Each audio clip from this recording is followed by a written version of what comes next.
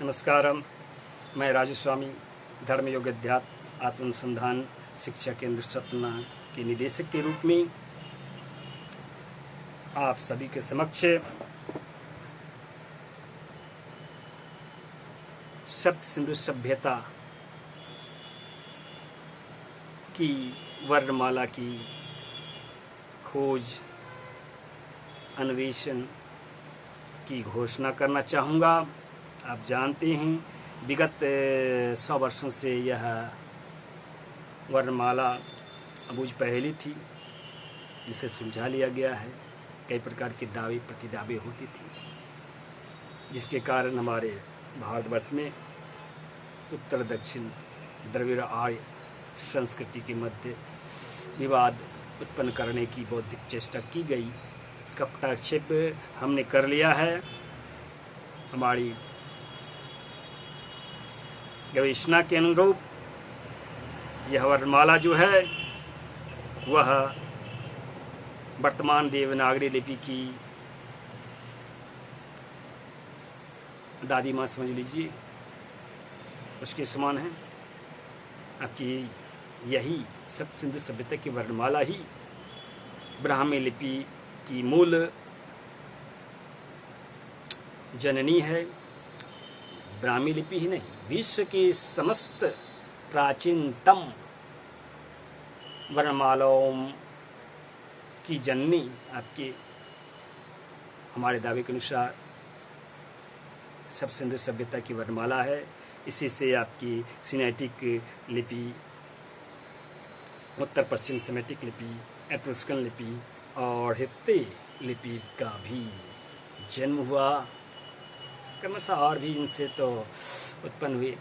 अभी फिलवक्त आपको बता दें कि सप्त सिंधु सभ्यता की संस्कृति वैदिक संस्कृति थी, इसकी भाषा आद्य संस्कृत थी। यह सतयुग और त्रेता युग की लिपि और भाषा थी, राजकीय भाषा। और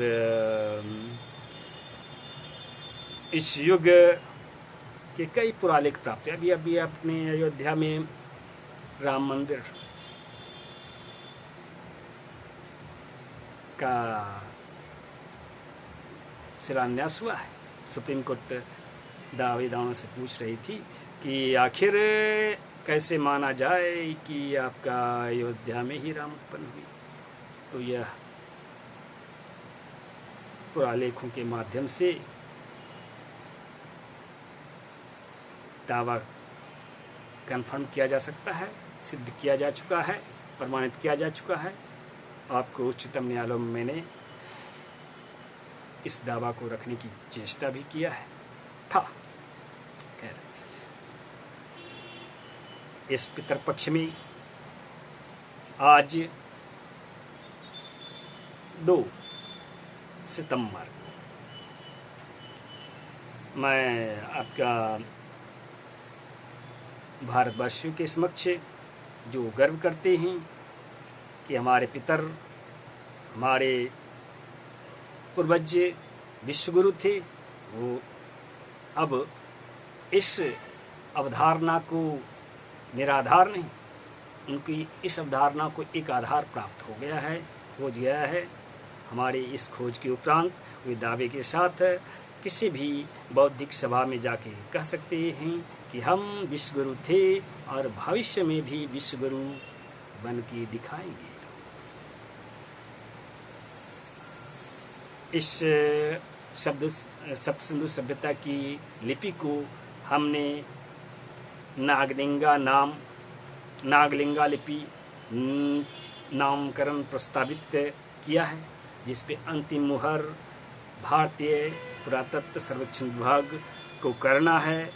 और मेरे दावों का निरीक्षण, जांच विद्वान समाज करेगी, विश्व स्तर की भी और भारतवर्ष के भी इतिहासकार करेंगे। ये मुझे पूरा विश्वास है। मैं उसके लिए प्रस्तुत हूँ,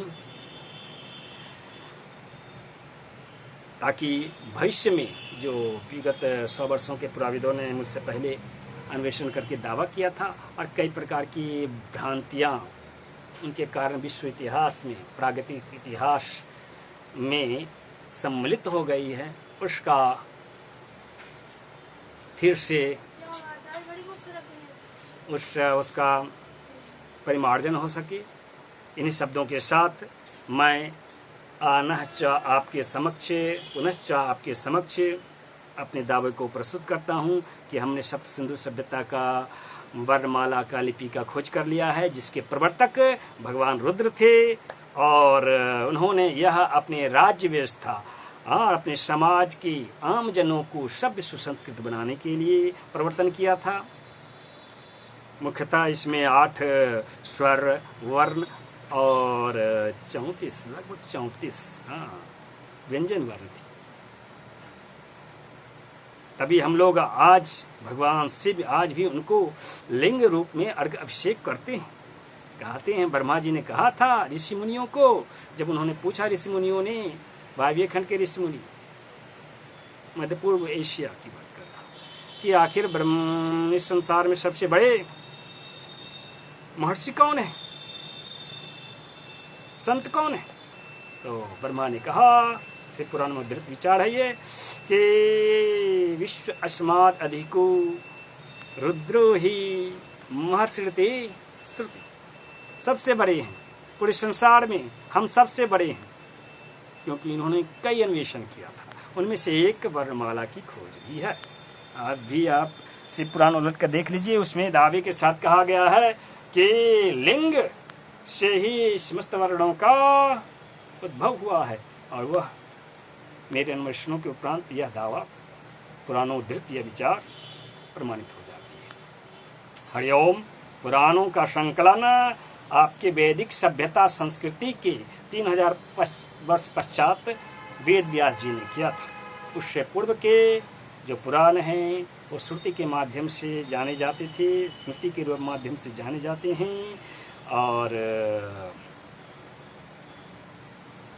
इस आधार पे कह सकते हैं कि ये हमारी जो सतयुगी है ना सभ्यता, वैदिक सभ्यता, सब सिंधु सभ्यता, सिंधु सरस्वती नदी घाटी की सभ्यता सतयुगी सभ्यता थी। आज के लिए इतना ही।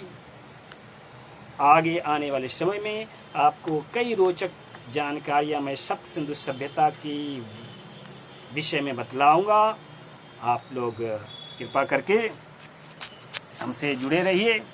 हरे कृष्णा हरे कृष्णा। ओम हरे। अकेला हूँ नमो नमः। जय जय सिया राम। माँ भगवती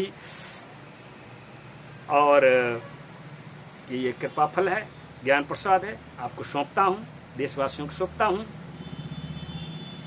इस भगवान राम की मंदिर में, जो हमारी तपोस्थली है, नरसिंह मंदिर के नाम से जानी जाती है, सतना स्थित है। आप लोगों का स्वागत करता हूँ। कभी आपकी जिज्ञासा हुई तो मैं उसे पूर्ण कर सकूँगा। जय जय श्री हरि। ओम।